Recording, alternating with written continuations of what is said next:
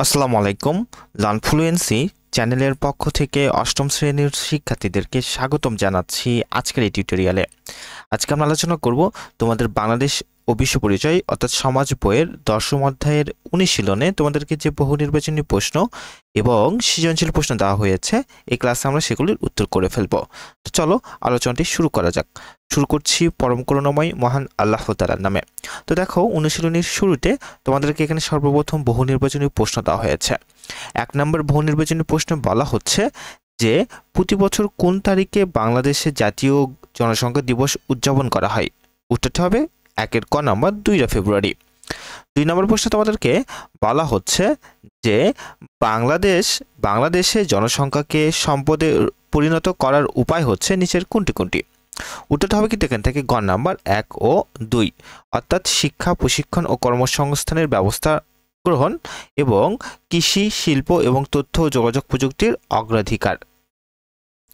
আচ্ছা, এরপরে দেখো তোমাদেরকে যে সৃজনশীল প্রশ্নটি দেওয়া হয়েছে, সৃজনশীল প্রশ্নে তোমাদেরকে এখানে একটি উদ্দীপক দেওয়া হয়েছে, তাই না? তো দেখো, উদ্দীপকে কিন্তু আমরা এখানে 3টা দেশ দেখতে পাচ্ছি, যে যুক্তরাষ্ট্র, ভারত এবং বাংলাদেশ, এবং এদের প্রতি বর্গ কিলোমিটার জনসংখ্যা, যেখানে যুক্তরাষ্ট্রে 37 জন, ভারতে 473 জন, বাংলাদেশে 1171 জন, যেখানে বাংলাদেশে কিন্তু অনেক বেশি, তাই না?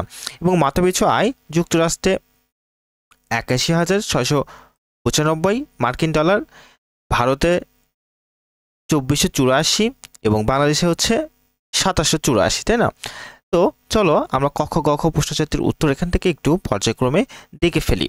তো দেখো, ক নম্বর প্রশ্নে তোমাদেরকে বলা হচ্ছে 2010 সালে বাংলাদেশ কোন ক্ষেত্রে সাফল্যের জন্য জাতিসংঘ পুরস্কার লাভ করেছে? উত্তরটি হবে শিশু মৃত্যুর হার হ্রাসের ক্ষেত্রে সাফল্য অর্জন করায় বাংলাদেশে 2010 সালে জাতিসংঘ পুরস্কার লাভ করেছে। খ নম্বর প্রশ্নে তোমাদেরকে বলা হচ্ছে যে জনসংখ্যার নীতি বলতে কি বোঝায়? উত্তরটি দেখো, সাধারণভাবে দেশের জনসংখ্যা বিষয়ে জাতীয় পর্যায়ে যে পরিকল্পনা গ্রহণ করা হয় তাকে বলা হয় দেশটির জনসংখ্যা নীতি। দেশের আর্থসামাজিক অবস্থার সঙ্গে সামঞ্জস্য রেখে এই নীতি প্রণয়ন করা হয়। গ নম্বর প্রশ্ন তোমাদেরকে বলা হচ্ছে উপরের তালিকা অনুসারে বাংলাদেশের উন্নয়নের পথে বাধা কোনটি বর্ণনা করো। অর্থাৎ তোমাকে এই যে তালিকা অনুযায়ী বাংলাদেশের যে অবস্থানটি সেটি তোমাদেরকে বর্ণনা করতে বলা হয়েছে। উত্তরটি দেখো, উপরের তালিকা অনুসারে বাংলাদেশের উন্নয়নের পথে বাধা হচ্ছে অধিক জনসংখ্যা ও উন্নয়ন, এই দুটি ধারণাতে একে অপরের সঙ্গে সম্পৃক্ত। একটি দেশের জনসংখ্যার উপর সে দেশের উন্নয়ন অনেকখানি নির্ভর করে। উন্নত দেশের সঙ্গে উন্নয়নশীল দেশের জনসংখ্যা ও সে দেশের জনগণের মাথাপিছু আয়ের তুলনা করলেই আমরা সেটি বুঝতে পারবো। উদ্দীপকের তালিকার তথ্য অনুযায়ী যুক্তরাষ্ট্রের প্রতি বর্গ কিলোমিটার 360 জন বাস করে এবং তাদের মাথাপিছু আয় 81,695 মার্কিন ডলার। পক্ষান্তরে বাংলাদেশে প্রতি বর্গ কিলোমিটার বাস করে 1,171 জন লোক এবং মাথাপিছু আয় 2,784 মার্কিন ডলার।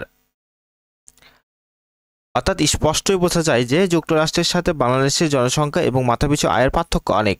একটি দেশ ভবিষ্যতে কতটা উন্নতি করবে তা দেশটির অর্থনৈতিক পরিকল্পনা ও তার জনসংখ্যা নীতির কার্যকর প্রয়োগের উপর নির্ভর করে।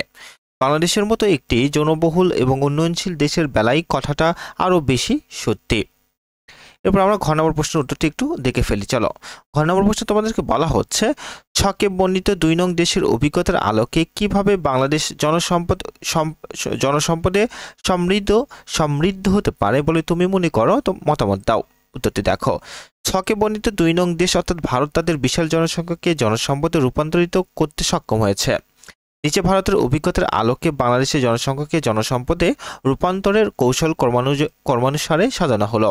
1 নাম্বার দেখো, কর্মমুখী শিক্ষার প্রসার এবং জ্ঞানভিত্তিক সমাজ গড়ে তুলতে হবে। 2 নাম্বার, দক্ষতা বৃদ্ধি ও প্রশিক্ষণমূলক কার্যক্রম সম্প্রসারণ করতে হবে। 3, প্রযুক্তি ও কারিগরি শিক্ষার প্রসার ঘটাতে হবে। 4, নারী শিক্ষার প্রসার ঘটাতে হবে। 5, স্বাস্থ্য ও পুষ্টি কার্যক্রমের প্রসার ঘটাতে হবে।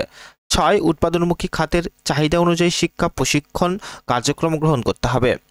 7, কৃষিভিত্তিক শিক্ষা ও প্রশিক্ষণের সম্প্রসারণ করতে হবে।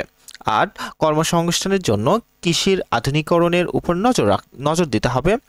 9, তথ্য যোগাযোগ প্রযুক্তি তে অগ্রাধিকার প্রদান করতে হবে। 10 ক্ষুদ্র ও কুটির শিল্পের বিস্তার ঘটাতে হবে। তাছাড়া সরকারি ও বেসরকারি উদ্যোগে প্রচুর বৃত্তির ব্যবস্থা করে বিশ্বের উন্নত ও প্রযুক্তি নির্ভর দেশগুলোতে প্রেরণ করতে হবে। অধিক সংখ্যক মেধাবী শিক্ষার্থী শিক্ষা ও উচ্চতর প্রশিক্ষণের জন্য। তো এই ছিল তোমাদের জন্য আজকের এই আলোচনাটি। ভিডিওটি ভালো লেগে থাকলে লাইক দেবে এবং অবশ্যই লার্ন ফ্লুয়েন্সি চ্যানেলটিকে সাবস্ক্রাইব করবে। ভালো থেকো, সুস্থ থেকো। আসসালামু আলাইকুম।